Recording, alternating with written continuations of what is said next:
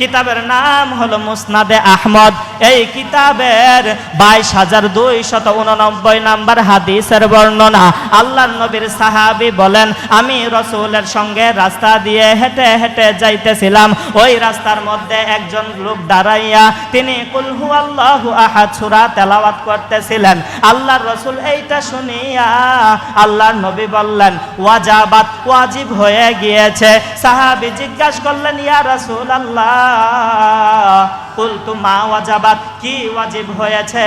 আল্লাহর নবী বললেন, ওয়াজাবাত লাহুল জান্নাহ, যেই ব্যক্তি কুল হুয়াল্লাহ সূরা তেলাওয়াত করতেছে এই ব্যক্তির জন্য জান্নাত ওয়াজিব হয়ে গিয়েছে।